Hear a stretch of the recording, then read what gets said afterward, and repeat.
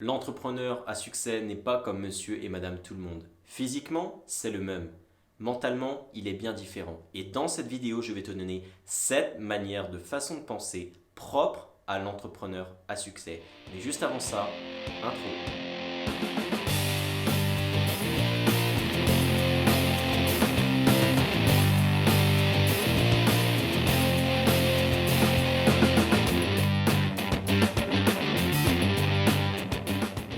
Je me présente, je m'appelle Dylan Talbu et je suis sur cette chaîne pour accompagner les salariés à devenir des entrepreneurs à succès. Avant de commencer cette vidéo, laisse un j'aime sur la vidéo pour me soutenir dans mon travail. Abonne-toi à la chaîne pour ne manquer aucune vidéo et ne rater aucun conseil. Laisse un commentaire sous la vidéo pour me dire ce que tu en as pensé et qu'on puisse échanger à propos de cette vidéo. Et également pour les plus motivés d'entre vous, vous trouverez un lien dans la description, c'est un cadeau. Vous pouvez juste cliquer sur le lien qui est disponible dans la description. Alors, le premier point de l'entrepreneur à succès, c'est qu'ils n'ont aucune limite autre que leur imagination. Prenons par exemple Thomas Edison qui a inventé l'ampoule électrique. Dans une époque où l'électricité venait d'apparaître, il lui fallut 1009 essais pour atteindre cet essai gagnant et inventer l'ampoule électrique. Aujourd'hui, cela nous semble tout à fait normal, mais à l'époque, c'était quelque chose d'inimaginable. Prenons Steve Jobs, qui est capable de révolutionner, avec le premier iPhone, l'industrie du téléphone mobile.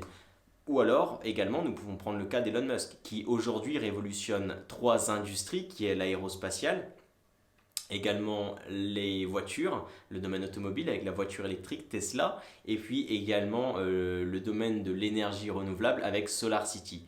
Donc vous comprenez une chose, c'est que ces entrepreneurs à succès-là n'ont aucune limite dans leur tête, si ce n'est leur imagination, imagination qui, vous l'imaginez bien, est débordante. Le deuxième point est tout simplement le fait d'avoir un leitmotiv, une raison, un pourquoi. Effectivement, tous ces entrepreneurs travaillent énormément, 70, 80, 90, 100 heures par semaine, par exemple, pour Elon Musk. Et vous imaginez bien que travailler à ce rythme-là pendant des semaines et des années, il faut bien y avoir une raison vraiment solide derrière pour atteindre ce niveau de performance, atteindre ce niveau d'engagement.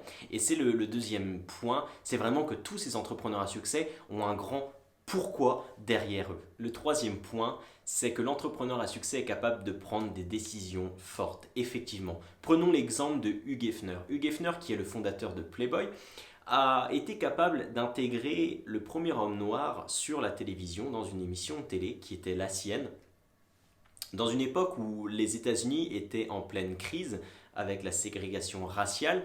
Et à ce moment-là, il a eu affaire à ce choix-là d'intégrer ce premier homme noir sur une émission de télé, quitte à ternir son image. Et il aurait pu faire comme beaucoup d'autres personnes, c'est-à-dire se cacher, ne rien dire, ne rien faire et faire son émission normalement sans cet homme. Mais en l'occurrence, il a choisi tout le contraire, c'était d'afficher ce premier homme noir dans une États-Unis qui était en crise, quitte à ternir son image. Donc vous comprenez là, c'est que ces entrepreneurs à succès-là sont capables de prendre des décisions fortes pour mener à des résultats assez incroyables. Mais je dirais que des exemples comme ça, il y en a des centaines de milliers, tout simplement parce que l'entrepreneuriat, qu'est-ce que c'est? C'est réfléchir, prendre des décisions, passer à l'action et en assumer les conséquences, puis on recommence, réfléchir, etc. etc. Donc le troisième point, c'est tout simplement que ces entrepreneurs à succès sont capables de prendre de fortes décisions dans leur carrière. Le quatrième point sont tout simplement le niveau de travail et le niveau de focus qu'ils peuvent mettre sur leur entreprise. Comme je te l'ai dit juste avant,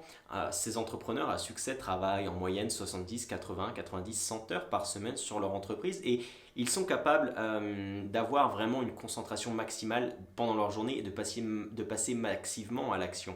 Et il faut comprendre une chose, c'est que le stress, la fatigue, la pression, ils connaissent tous ces événements extérieurs ou intérieurs qui viennent les perturber, ils les connaissent. Mais ils gardent quand même le cap sur leur entreprise.